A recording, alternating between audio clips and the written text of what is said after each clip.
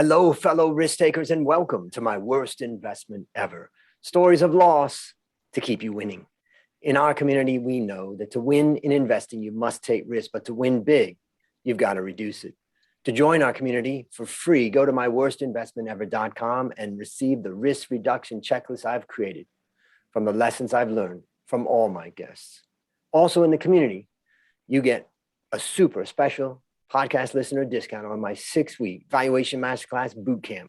In the bootcamp, you learn how to value companies like a pro and advance your career in finance. Go to myworstinvestmentever.com to join our community for free. Fellow risk takers, this is your worst podcast host, Andrew Stotts from A Stotts Academy, and I'm here with featured guests, Alex Gruye and Assaf Arie. Alex and Assaf, are you guys ready to rock? Let's rock. All right, let's do it.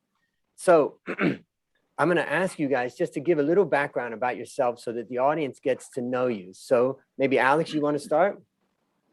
Yeah, sure. First off, thank you for having us on the podcast. So my name, like you said, Alex Gruye. I'm out of the Twin Cities here in Minnesota, Minneapolis to be precise.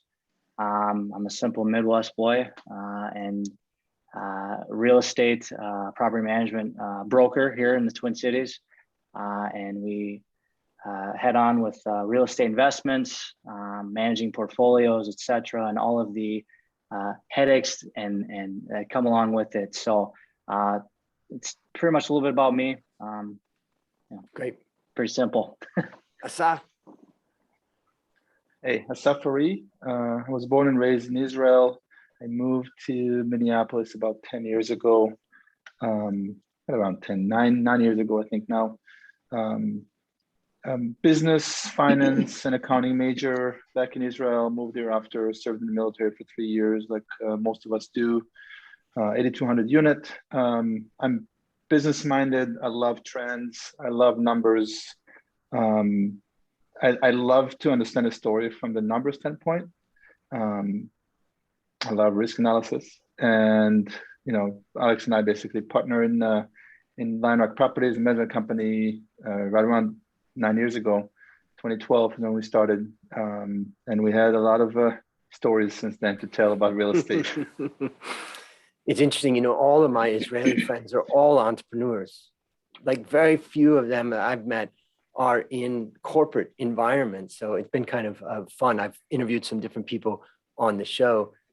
So that'll be, I may mention that as we go through. Anyways, well, maybe what we can do now is I'm going to ask you to share your worst investment ever. And since no one ever goes into their worst investment thinking it will be, tell us a bit about the circumstances leading up to it and tell us your story. Yeah, so our story is a little different. This is going to be a story about a client of ours where we were brought in to manage the worst investment ever for them. So the I'll say it here, the spoiler alert, the end result, they made out very well. All right. So to go to the beginning of it, we had a Before group of investors. I jump into it, I would say, not just that they did well, but in the first closing, there was 2 buildings. Alex will tell the story. In the first closing, I told one of them, I said, don't confuse your lack of making money with you making the right investment choice. I was very blunt about that. So they don't get the confusion that, oh yeah, we're smart. Let's make another investment without talking to these guys first. So they were very lucky.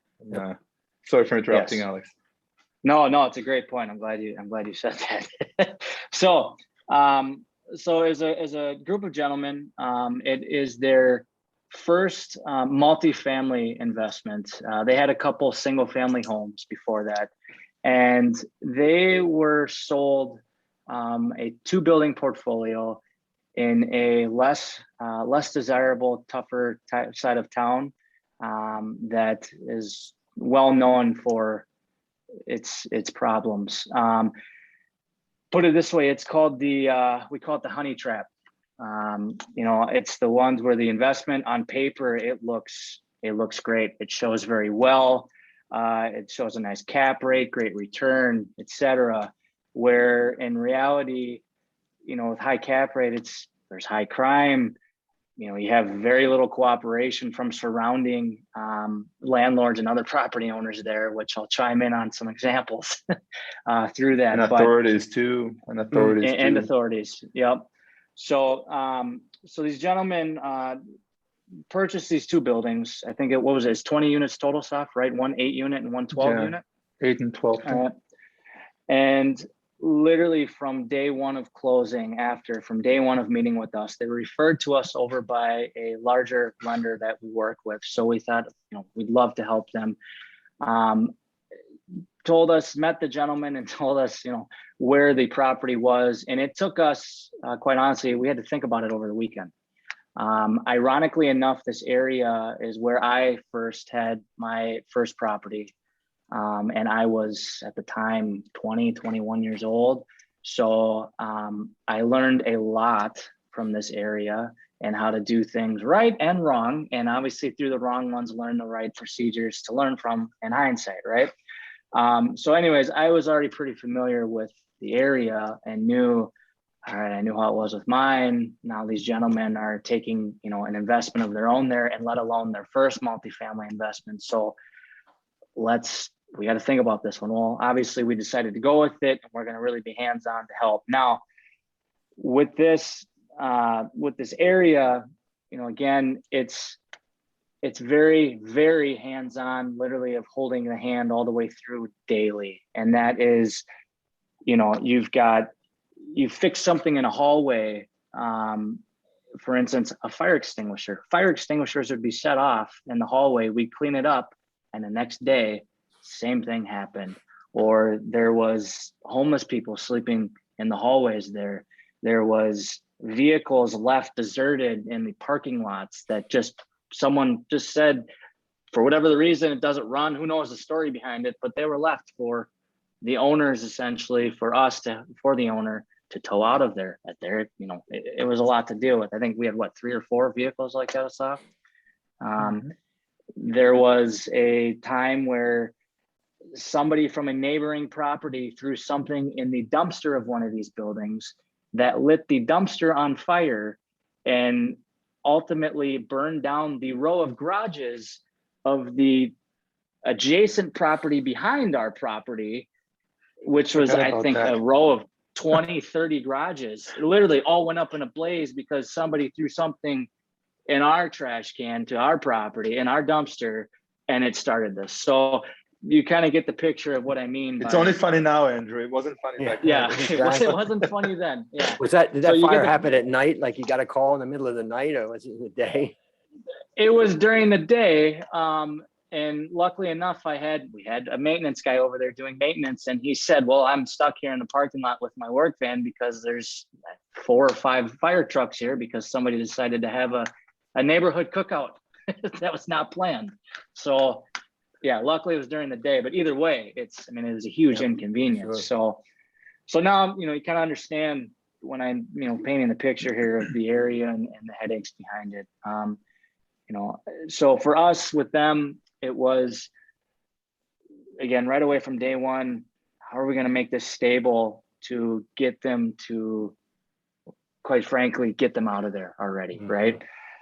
So with this comes, you have tenants not paying rent. The rent to start was very low. They were in the high 700s, and market there, we brought it eventually up to over 1,000.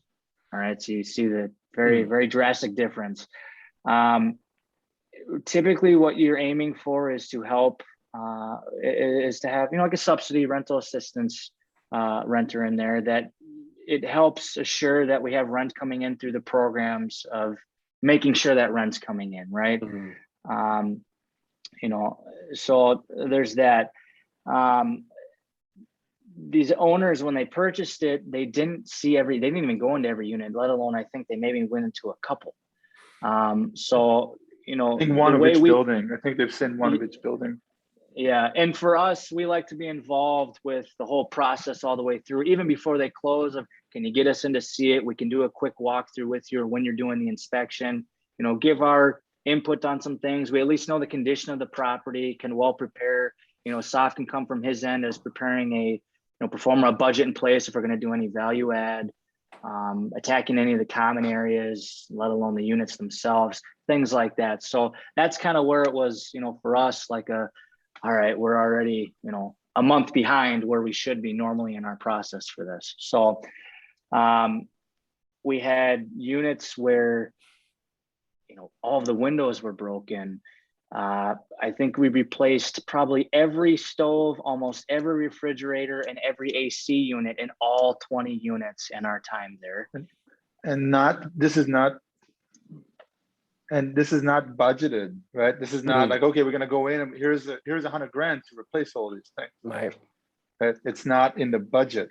And so that means that the landowner is shocked every time you got to go to him and go, we need more money. Yep. Mm-hmm. Yep. Doing this strictly all from the cash flow, if you will, for what we can, right? So, that's the picture of it. So, we got through units, we got them stable. I think we also, in addition, had some units empty. I think 2 of them empty to start with right off the bat, along with the damage in those empty units as well. So filling them with the prospective, appropriate tenant, the qualified tenant, whereas, you had the seller beforehand, at least from our end and reviewing of the tenant's files, the current resident's files, that, there wasn't proper background checks. There was move-ins maybe for an exchange for, you give me $500 cash, you move in, great, Yep. Unfortunately, sometimes you see it where people will sell a property and they fill it right beforehand. Not often, but there are some that they try and fill it right before a sale. So it's on paper, it's filled, it's great, right? And then you realize after, from a buyer's standpoint, these people weren't they didn't do a proper background check. There's, problem one thing after another with it. So we had all that on top of it. I think from there we decided, all right, we got to have a game plan here with them to lay out a budget for what we can now, we're already behind not having a budget, and how are we going to get these units up to snuff, to be the code, even get the rental license up to where it be, because in Minneapolis we're based on a tier system here. Tier 1 is the best, tier 2 is mid, and tier 3 is not where you want to be. That one, I believe, Assaf, correct me if I'm wrong, but I'm pretty sure we started from the bottom there on tier 3 and worked it up to a tier 1. I believe on both properties, with the amount of work we had to do. So remember the list from the city? Remember the list from the city? Yeah, the list from the city was before, from the sellers having to take care of things that were not done. And if I'm not mistaken, the list was that thick. It was like 14 pages of citations that was never even disclosed through the underwriting process, or, quite frankly, asked for by the buyers. Yeah. So and was there ever a point where you were starting to worry whether you could actually turn this around, or did you always feel like we can do this? I think for us, we always have we like the challenge, right? We have that mentality always. Yep. We like the challenge. I think we've grown our business space, at least on one, that being part of it, not fully, but that is part of it. I don't necessarily ever thought of like a give up mentality, but it was definitely a stressful, all right, how are we going to make this work? I mean, it went down to, we were very efficient with our maintenance to do as much as we can in a day. If it was, many units for work order requests, we attacked high utility bills from high water bills, which for us, again, that's on the front end of our process of reviewing, looking at the units, reviewing the due diligence. From a utility bill standpoint prior, we're pretty good at saying, all right, inefficiencies, this seems off, this seems really high, so going through, no leaks in there, getting efficient, toilet stoppers, the fill valve in them, something as simple as that. I mean, you can have a water bill that ends up being 3, 4, 5 times what it normally should, and on an investment that completely throws your return for the year out the window, right? And discovering where that is probably a challenge. It is. It always is. We have our methods of attack there. We work with the residents closely for the typical, for instance, like the water, running sinks, dripping faucets, leaking shower heads, running toilets. Those are always the common culprits, right? And I think we've gotten it down to a pretty good system. And this probably at the time was one that really helped us critique our system. Right. We reinvented lean management on those properties. Yes. We reinvented yes. the word lean on those. Yes. And I'll tell you, I'll chime in here. We never we understand real estate, and we knew from day one, we're going to get it stable. We're going to bring mainly people on subsidies in there. It's right by the airport. So airplanes are flying right above your head. It's not an attractive area. It used to be what is it for soldiers? Army bunkers. Okay. It used to be army bunkers that was converted to apartments. It's right by the airport. It's not an attractive area. It's people that have bad credit, bad backgrounds. Typically, that's where they end up living. We decided, okay, we have to accept that. Our criteria were dropped from here to here, from like our normal criteria to even allow, and otherwise nobody would have been stand vacant, right? We knew that we're going to do that. We're going to bring the people on subsidies that need an opportunity coming from homeless shelters. We started working with certain programs. They get them in, they sponsor their rent. We knew we were going to be able to get the 700s into the 1,000, 1100s on some of those 2 bedrooms, and we'll sell it. We'll recommend them to sell it to somebody else. So that's going to be their starter property. But you know what? They're going to start off from a better starting point from where they were, right? Because it's going to be a stable property that can be. We didn't want to stay there, but we knew somebody else, knowing where they're coming in, starter property, get it for cheap, they can cash flow, and then turn it around to somebody else like them and get the heck out of there, right? But our fear was that the owners, the buyers, will give up. And if they would have given up and sell too early, that would have been the worst investment ever in real estate. That was the fear. Our fear was that the buyers, the owners, would give up and not want to follow the plan that we knew at the end will get them money and we'll get them good money. But that was the fear. So the fear was not less on us, more on them. And can you recall a conversation that you had with the owners, which was the point where you were really afraid that they may give up? Multiple with Henry. I don't know if we can say names here. Multiple. We met with him in person a few times, and I felt he's like, "What is going on? It's out of control. All the expenses. How is it happening? A lot of expenses are on our credit card. We don't know how we're going to get paid back." Those are tough conversations. Very tough conversations. Right. And we had months of management where, we held our bill essentially to make sure that property can keep afloat and get where it needs to be while coming out of, this hole.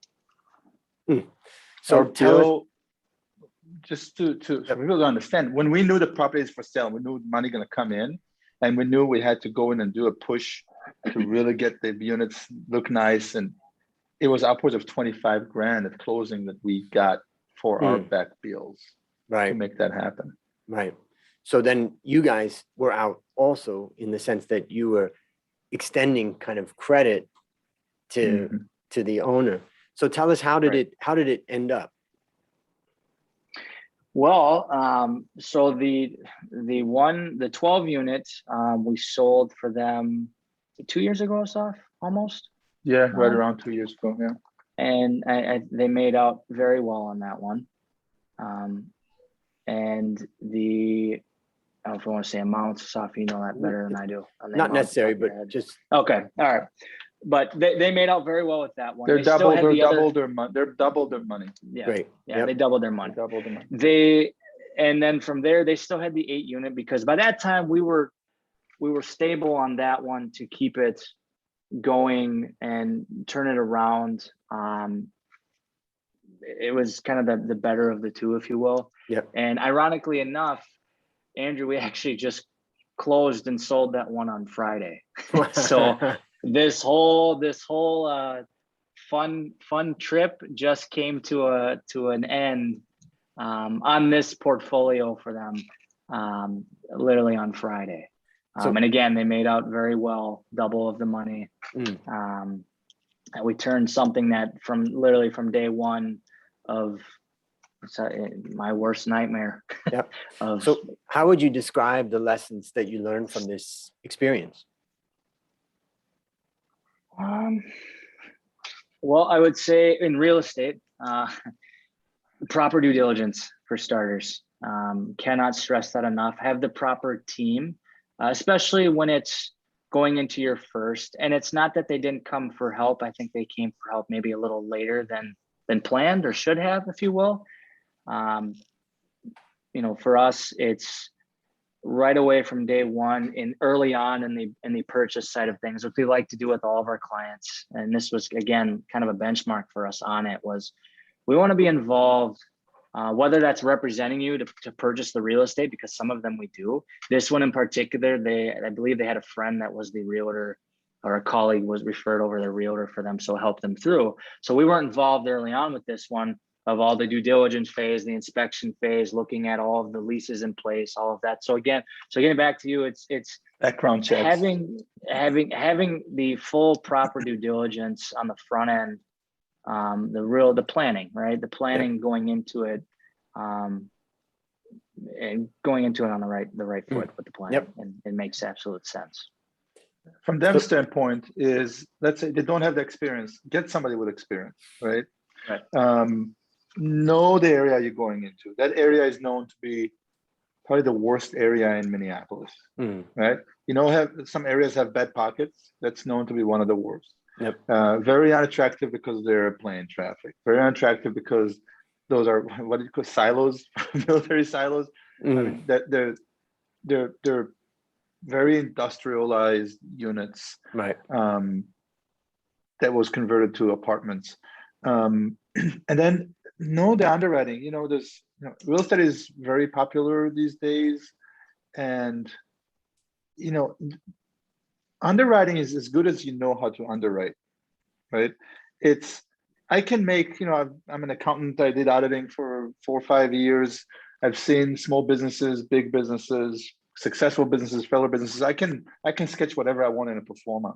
The key is to actually make something that works, right? Know the nuances of the investment, know how it works, know how it operates, know the drivers, know the opportunities in the area, in the market, know the risks, right?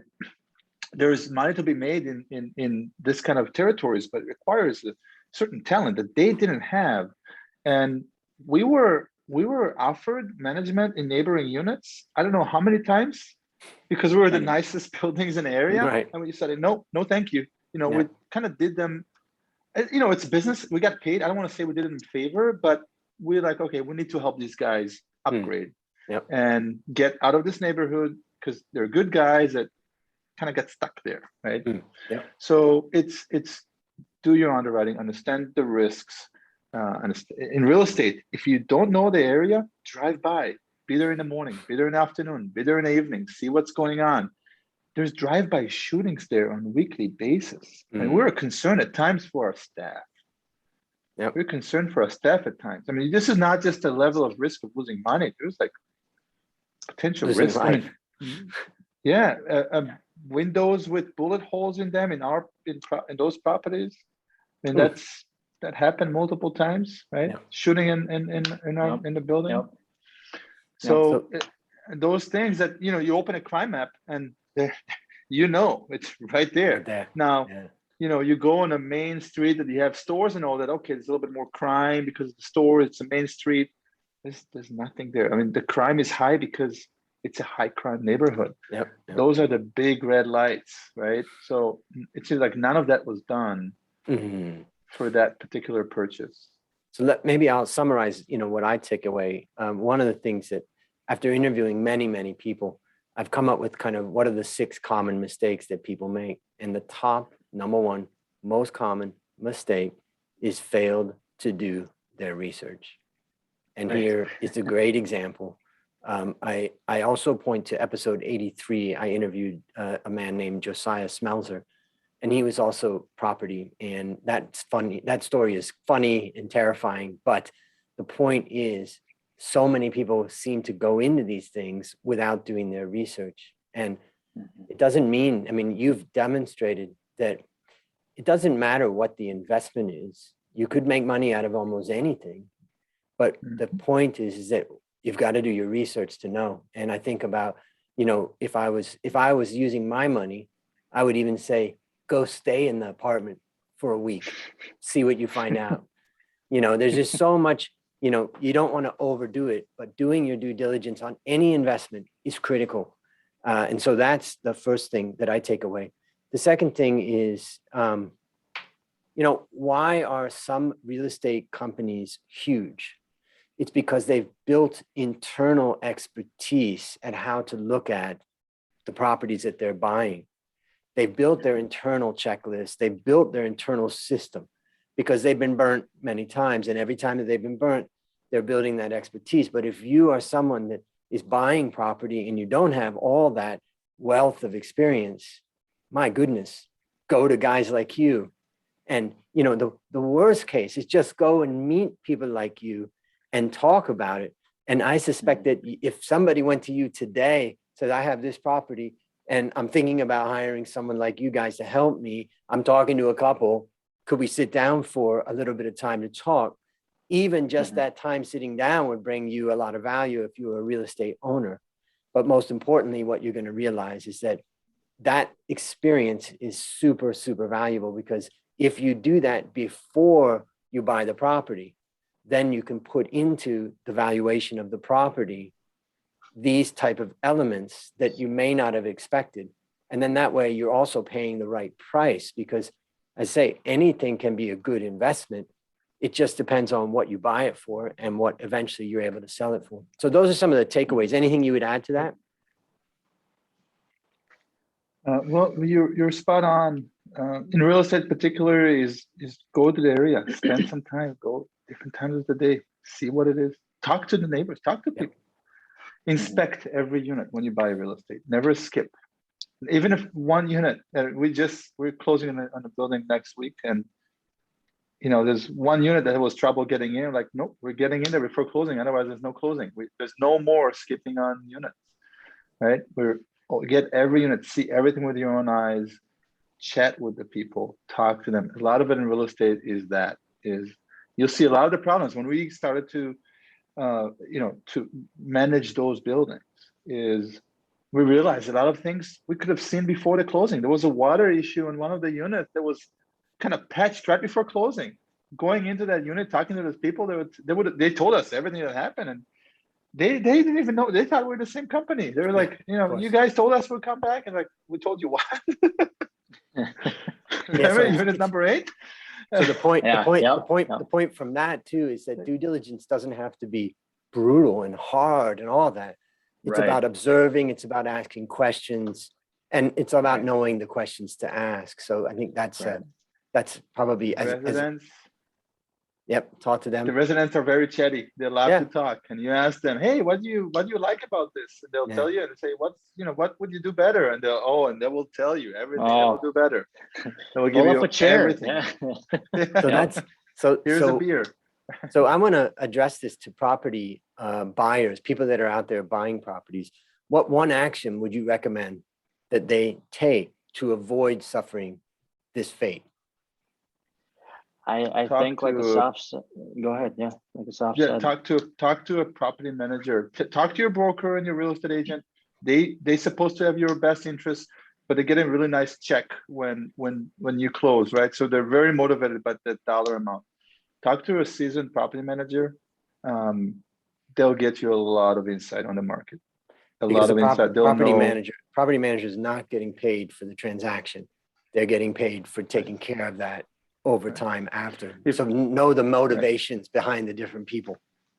If Andrew chose us as your property managers, right? If you chose us as your property managers, we're interested in getting you to the property that's going to succeed for you, because we're getting paid on an ongoing basis from that property, and we want to see that growing. We want to see you, expanding from there, and want to do more. If we only get paid once on a transaction like this, we're like, I don't know, I got some bills to pay. Here's a property. We can close next month, right? I'm not saying that all agents are like this. But the motivation of property manager is to work with you for a while in the property they'll enjoy managing. that will do well for you, that they know they can cut you your distribution checks on monthly, quarterly, semi-annually basis, however you want it. Yep. And that will work. So talk to a manager. If you're in the real estate field, talk to a seasoned property manager that has properties around and knows the town and have some reputation, have some positive reputation out there. All right, last question. What's your number one goal for the next 12 months? Well, I think for me, for the year that we've all had and still kind of continuing to have, as obviously stay healthy, keep positive every day. And I think just continuing on the path of wanting to help people, wanting to help the investor on their purchase, managing all the way through and taking care of that, and being able to be better than I was yesterday and take something in new every day from the experience, whether it be the worst one or the best one. And to continue growth from there, from both a personal side and a business side. Great. And Assaf? My mentality is, 1% improvement daily, right? Always improve a little bit, always refine a little bit, get burned, make mistakes, learn from them. You were spot on. I loved how you said it. Those larger companies that got burned so many times, they know the boundaries, they know whether they can see them or not, they know where they're at. And I'm a big believer. Just earlier today, I was talking to somebody about that. I said, there's mistakes going to be happening, and you cannot avoid them. And what you got to do is know there's a problem, address the problem, fix it, and don't repeat that. That's how you get better. So continue to improve, continue to deliver good properties for residents, right? Good returns to our owners, and hopefully health for everybody. That's one of the number one things now in the world. Yep. Well, listeners, there you have it. Another story of loss to keep you winning. And for both of you guys, I like to say that when people come on this show, many people that I ask to come on the show say, no, thanks. People don't like to talk about their worst experiences, their worst investments. But what I would argue is that for the listeners out there, whether that's in the Twin Cities area or any other area around the US or around the world, reach out to these guys. They show that they understand and they've been through it and they've learned from that. And that's the kind of person I want to work with. And that's the type of person that we have on this show. We build trust and understanding between all of us as we build this community. My number one goal for the next 12 months is to help you, my listener, reduce risks and increase return in your life. To achieve this, I've created our community at myworstinvestmentever.com. And when you join, you'll get that special discount to my 6-week valuation masterclass boot camp.